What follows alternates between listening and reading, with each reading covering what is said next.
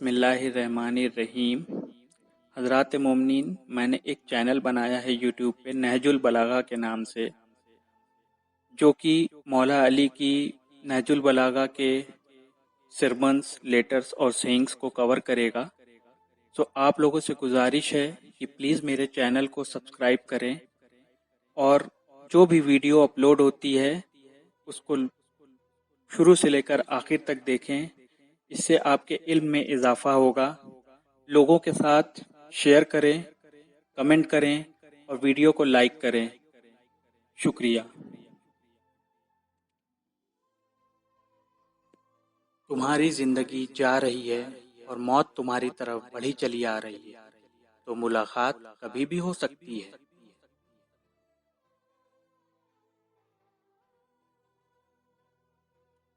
होशियार होशियार, इसलिए कि अल्लाह ने बंदों के पापों की इतनी पर्दाफोशी की है कि उनको धोखा हो गया है कि जैसे उनको बख्श दिया हो।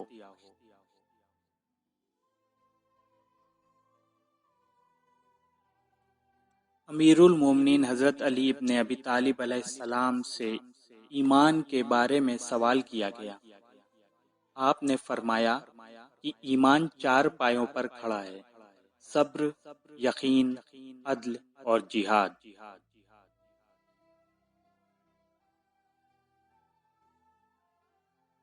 अच्छे काम करने वाला खुद उस काम से बेहतर है और बुरे काम करने वाला खुद उस काम से बुरा है।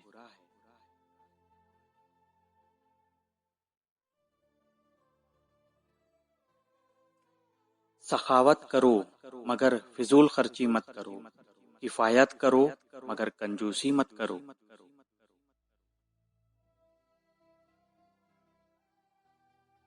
सबसे बड़ी दौलत ख्वाहिशों का त्याग कर देना है।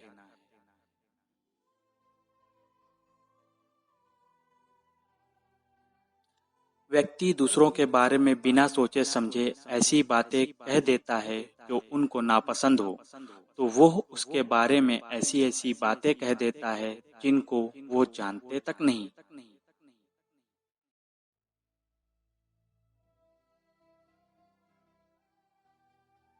जिसने अपनी ख्वाहिशों को बढ़ा लिया, उसने अपने कर्म बर्बाद कर लिए।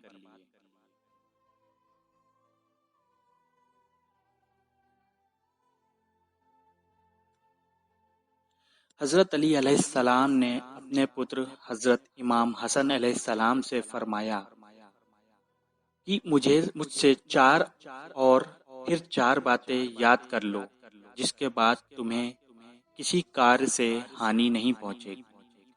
सबसे बड़ी दौलत अक्ल है और सबसे बड़ी गरीबी बेवकूफ़ी है।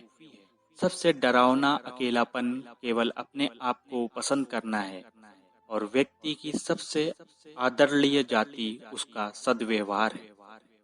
ऐ पुत्र, खबरदार, कभी किसी बेवकूफ़ से दोस्ती ना करना, क्योंकि वो तुमको लाभ पहुंचाना चाहेगा किंतु हानि पहुंचा देगा। कभी किसी कंजूस से दोस्ती मत करना, क्योंकि वो ऐसे समय में तुमसे दूर भाग जाएगा जब तुमको उसकी सबसे अधिक आवश्यकता होगी।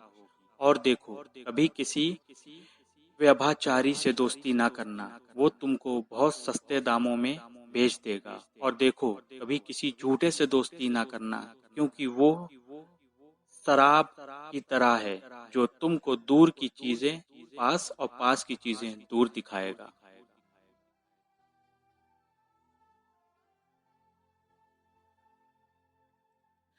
मुस्तहिब्बात वाजिबात के ना करने से दंड मिले तथा जिसके करने से सवाब मिले के रास्ते में रुकावट पैदा करे, तो कोई व्यक्ति उनके जरिए अल्लाह के नज़दीक नहीं हो सकता।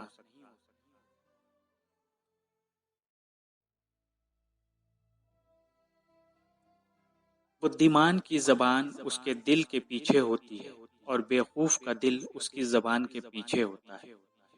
इस वाक्य में बहुत अजीब और पवित्र अर्थ छुपा है। अर्थात बुद्धिमान व्यक्ति बहुत सोच विचार करने के बाद ज़बान खोलता है और बेवकूफ़ इंसान जो कुछ उसके दिल में आता है बिना सोचे समझे कह देता है।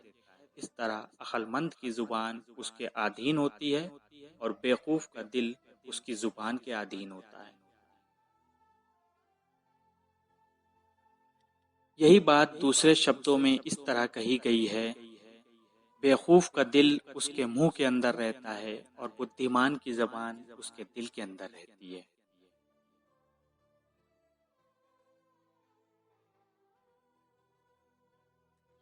हज़रत अली अलैहिस्सलाम के एक सहाबी ने उनसे अपनी बीमारी का शिकवा किया, जिस पर आपने फरमाया, अल्लाह ने तुम्हें बीमारी को तुम्हारे पापों को धोने का साधन बनाया है, क्योंकि खुद बीमारी के बदले में कोई पुण्य नहीं मिलता, लेकिन ये पापों को मिटा देता है और उनको इस तरह झाड़ देती है जैसे वृक्ष के पत्ते झड़ते हैं। क्योंकि पुण्य तब मिलता है जब ज़बान से कुछ कहा जाए या हाथ पैर से कोई काम किया जाए और परवरदिगार अपने बंदों में से जिसको चाहता है उसको नेक नियत और मन की पवित्रता के कारण स्वर्ग में दाखिल कर देता है। सैयद रज़ी कहते हैं कि इमाम अलैहिस्सलाम ने यही फरमाया कि बीमारी का कोई सवाब नहीं है। जब बंदे पर कोई मुसीबत, बला या परेशानी आती है तो अल्लाह उसको उस मुसीबत का बदला देता है। बीमारी भी उन्हीं चीज़ों में से एक है जिनका बदला दिया जाता है और सवाब वो है जो अल्लाह की तरफ से बंदों को उनके नेक काम के बदले में दिया जाता है। इमाम अलैहिस्सलाम ने यहाँ बदले और सवाब में अंतर को बयान किया।